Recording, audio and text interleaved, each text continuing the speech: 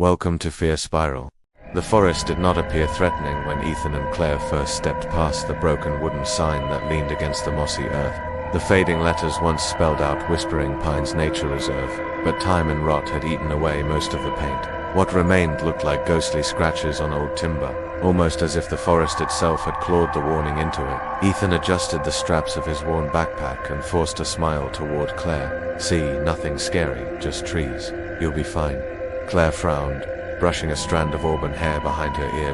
Her pale blue eyes swept the dark tree line, searching for movement that wasn't there. You said this was supposed to be a shortcut back to town. Are you sure we should be here? He nodded, trying to appear confident, though his voice betrayed a nervous edge. Locals exaggerate. Ghost stories, legends. People love to spook each other. It's just a forest. But the truth was, he wasn't certain. The air inside the tree line was immediately different. Outside, the summer day had been warm and buzzing with the sound of cicadas. Inside, the forest was cooler, damp, and strangely hushed. Their footsteps crunched over dry leaves, yet the sound seemed swallowed before it could echo. Claire shivered. Do you hear that? Ethan paused. The forest around them stood still. The branches were motionless, yet from somewhere far off came a faint whisper. It was not the wind. It was too low, too deliberate. A string of words carried through the trees, spoken in a tone that felt close to his ear yet impossibly far away. Ethan shook his head. It's probably water, a stream or something. Claire grabbed his arm. No, it was a voice. It said something. They stood frozen, listening. For a moment, silence reigned again.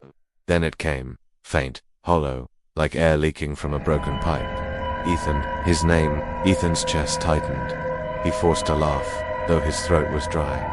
Okay, that's creepy. But someone's messing with us. Maybe hikers, or kids playing around. But the trail they followed was long abandoned. The dirt path was overgrown with vines and broken branches. Nobody had hiked here in years.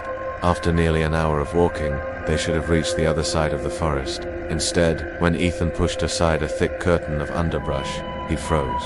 The broken wooden sign, the exact one they had passed earlier, splintered wood, faded paint, moss creeping up its side. It was impossible. They had walked in a straight line, yet here it was again. Claire's voice trembled. We didn't turn around, did we? Ethan shook his head slowly. No, we didn't. The whispers returned, louder now, not just his name. Words layered and tangled, spoken by many voices at once. Men, women, even the shrill laughter of children, all blending into a hiss that slithered through the trees. Claire clutched his sleeve. Let's leave. Right now. This isn't right. He wanted to agree. But as he turned, the forest behind them was already shifting. The trees were the same, yet not the same. Thicker, darker, their roots curling like skeletal hands across the ground. The way back was gone. The sun should have been high, but light was fading fast. A dim, grey twilight crept over the forest, painting the branches in long shadows. Ethan checked his phone, dead. Not even a flicker of signal. Claire's phone. The same. Black screen. She bit her lip, panic rising in her chest. This isn't possible. It's barely past noon. Why does it look like night? Ethan looked up through the canopy. The sky was visible in fragments between the twisting branches. A pale crescent moon gleamed faintly. It's not just shadows, he muttered. It's the day's gone. And then the whispers returned, louder than before. Stay with us. Stay forever. Claire covered her ears, trembling. I don't want to be here. Ethan, we need to run. But when they ran, the path split and split again. No matter which way they turned, they found themselves circling back to the broken sign. The forest was keeping them in. The night deepened over the forest and the wind carried a strange melody of voices so faint they sounded like sighs hidden in the branches. Every tree swayed as though alive, and the silence was broken only by the distant cracking of wood, as if something immense moved among the shadows. Evelyn clutched Marquette's arm tighter. They had been walking for what felt like hours, yet the woods stretched endlessly. Every direction they turned looked the same. The forest was no ordinary place. They had stepped into something that breathed with a hunger of its own. Do you hear that? Evelyn whispered. Her voice shook and her eyes darted toward the lair. A faint whisper echoed, as though someone spoke her name. But the voice was not human. It dragged like metal scraping against stonework. Forced himself not to panic. He kept his flashlight steady, but the beam seemed weaker now. The batteries had been full, yet the light dimmed unnaturally. It's as the forest trying to mess with us. he muttered, but his confidence faltered. They pressed forward, branches snapping beneath their feet. Suddenly the air turned cold, their breath misted, as if winter had crept into the summer night. Ahead a clearing opened, and in its center stood an enormous tree, its bark blackened like it had been burned, yet no fire had touched it. The tree was twisted unnaturally, as if bones instead of wood shaped its trunk. Evelyn felt drawn to it against her will. She took a step forward. The whispers grew louder, filling her head. The tree seemed to breathe its bark, expanding and contracting as though lungs hid beneath its skin. Dante Marquez's voice cracked as he grabbed her arm. But it was too late. Evelyn's hand touched the bark, and instantly she screamed. Her mind was flooded with images, children lost in the forest, faces twisted with terror, bones scattered beneath roots, animals dragged screaming into the darkness, and a figure of pure shadow whispering promises of escape, if only they surrendered. Mark pulled her back, but the moment she let go of the tree, her knees buckled. She gasped for air, her body trembling uncontrollably. "It showed me," she stammered. "It showed me everything. This place has taken it, Docente." The night was alive with sound, yet none of it felt natural. Evelyn gripped the flashlight so tightly that her knuckles were pale and trembling. Mark stayed close, his voice low but urgent. "Do not stop, keep moving no matter what you hear." But the problem was that the whispers had changed. They were no longer soft, distant noises. They were distinct words sliding like knives between the trees, and the voices were calling their names. "Evelyn, Mark, come closer, we see you, we need you." Evelyn froze, her heart hammering against her ribs. "They know our names," she whispered. Mark pulled her by the arm, forcing her forward. "Do not listen, they are trying to break us." The trail twisted deeper into the woods, and the moonlight faded behind thick branches. Shadows writhed across the ground, moving against the wind, as though alive every few steps. Evelyn swore she could feel fingers brushing her hair. Mark clenched his jaw, his eyes scanning every tree, every shadow. But the forest seemed endless. Suddenly the air grew colder.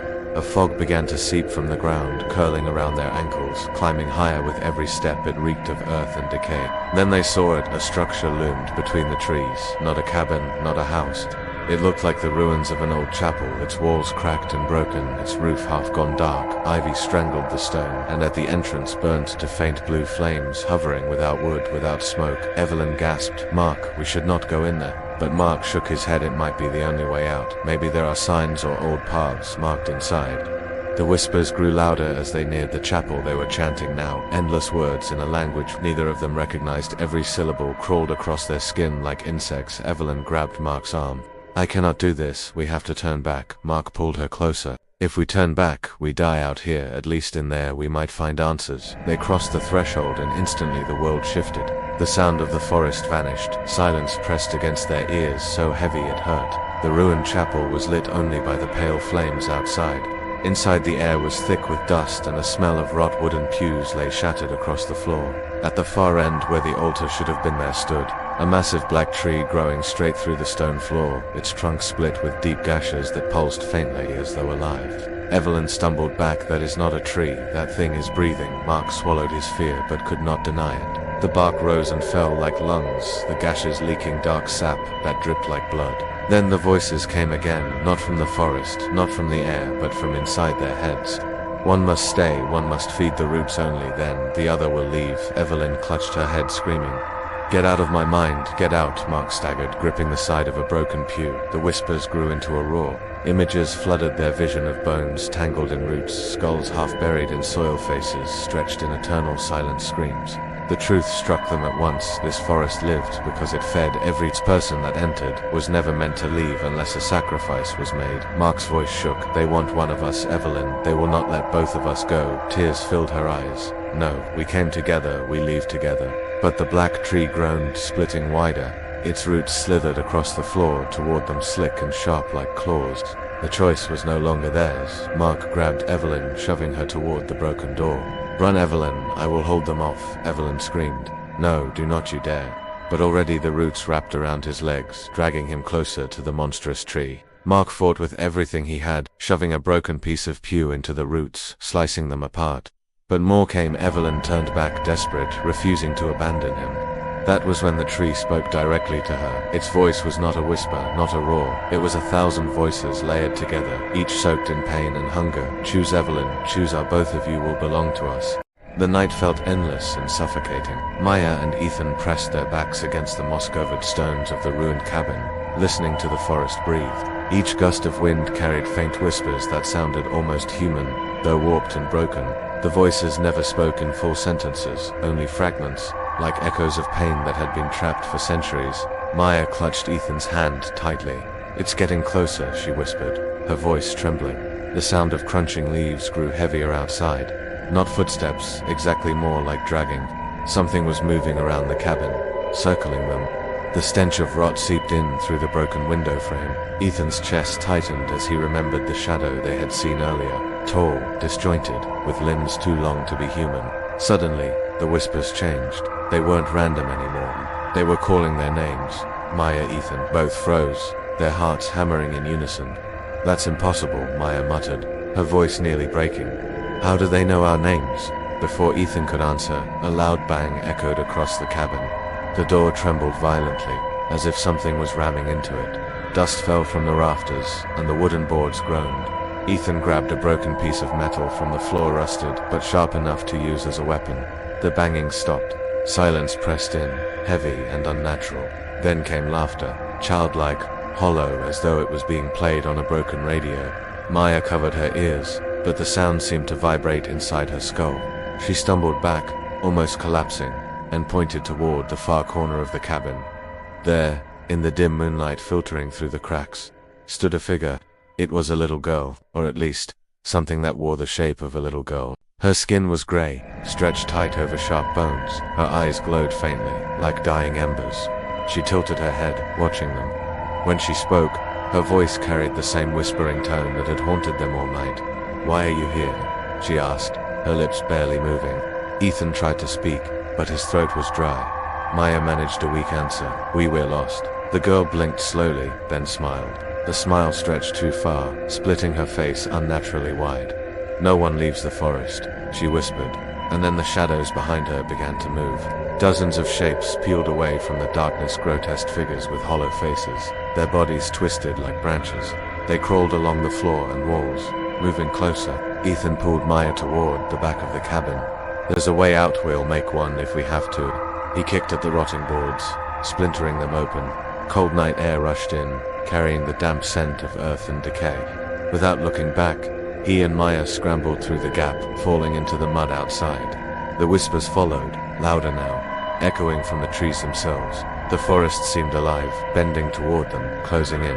Branches clawed at their clothes as they ran, tearing fabric and scratching skin. Maya stumbled, but Ethan caught her arm and dragged her forward. In the distance, faint lights, flickered lanterns, or maybe fire, salvation, or another trap. They had no choice but to run toward it.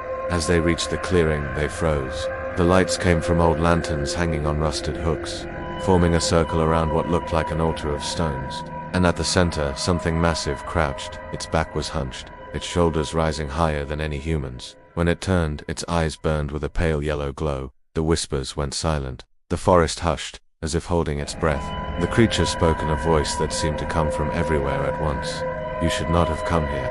Maya and Ethan stood paralyzed, knowing they had stepped into the heart of the nightmare. The creature rose from the altar, its spine cracking with every movement, as though its bones had been bound for centuries. Its towering frame seemed woven from bark, bone, and shadow, a living nightmare sculpted by the forest itself. Maya clutched Ethan's arm so tightly that her nails dug into his skin. Her breath came in shallow bursts, but she didn't dare make a sound. The creature's glowing eyes swept over them, not with rage, but with something worse, recognition. "You wear their faces," it said, its voice carrying across the clearing like a low rumble of thunder. "The intruders, the trespassers, the ones who never leave." Ethan swallowed hard. "We didn't mean to come here. We're just trying to find a way out." The forest seemed to laugh. Branches shook violently overhead, though no wind blew. The lanterns flickered, their flames bending inward, as if pulled toward the creature. "There is no out," the beast growled, stepping closer. "This forest is the grave of the forgotten, and now you belong to me." Behind them, the shadows from the cabin had followed those faceless figures with bodies like twisted trees. They gathered around the clearing, forming a ring. The whispers returned, louder than ever, chanting words in a language neither Ethan nor Maya could understand. Maya's legs buckled, but Ethan pulled her up. He scanned the altar, noticing strange carvings etched into the stones. Symbols, enchanted, crude, yet pulsing faintly with light. Those markings, he whispered, they're binding it. The creature tilted its head, hearing him. A jagged grin split across its wooden face. Clever boy, but not clever enough. It raised its arm, and the ground beneath them split open, revealing writhing roots like serpents. They lashed out, coiling around Ethan's legs, dragging him toward the altar. He shouted, struggling against their pull. Maya screamed, rushing forward. She grabbed a fallen lantern and swung it wildly, smashing it against the roots. Fire spilled across the mud, and for the first time, the creature recoiled.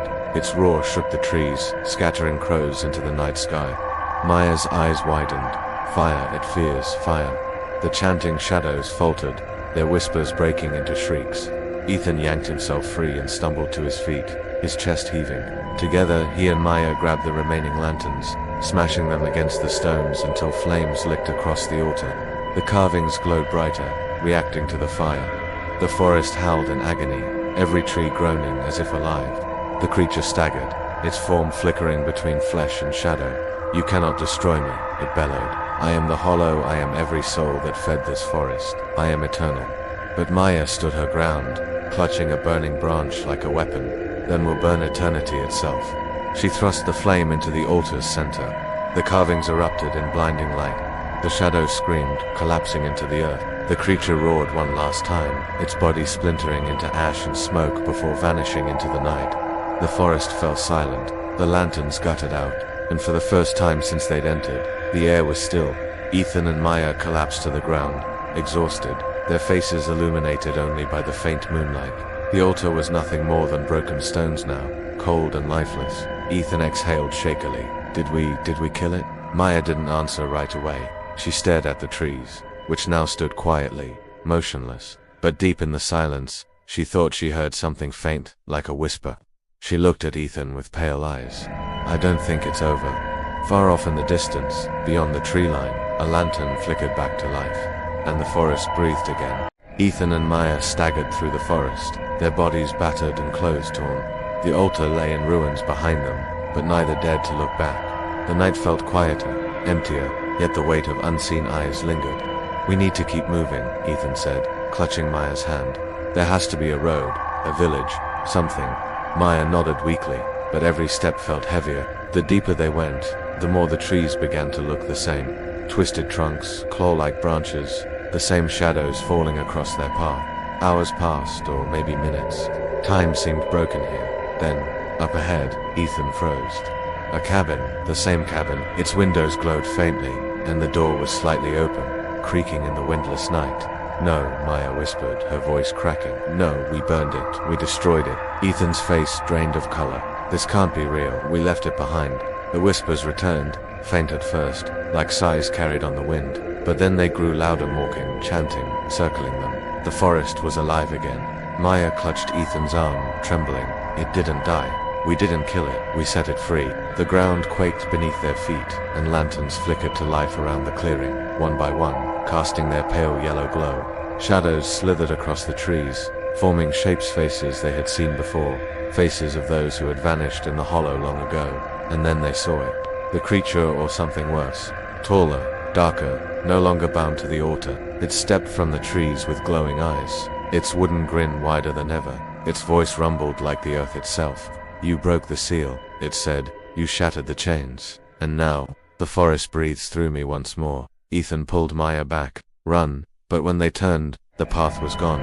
The forest had shifted again, closing in around them. The cabin loomed larger, its doorway yawning like a mouth. Maya shook her head violently. It's not a door, it's a trap.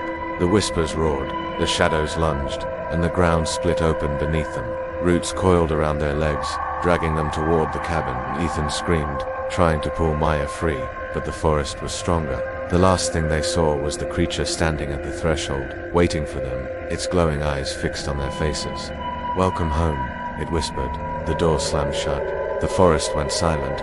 Only one lantern flickered outside, swaying gently in the night wind, and the hollow remembered. Thanks for watching. Like, subscribe, comment, and share. It really helps me out.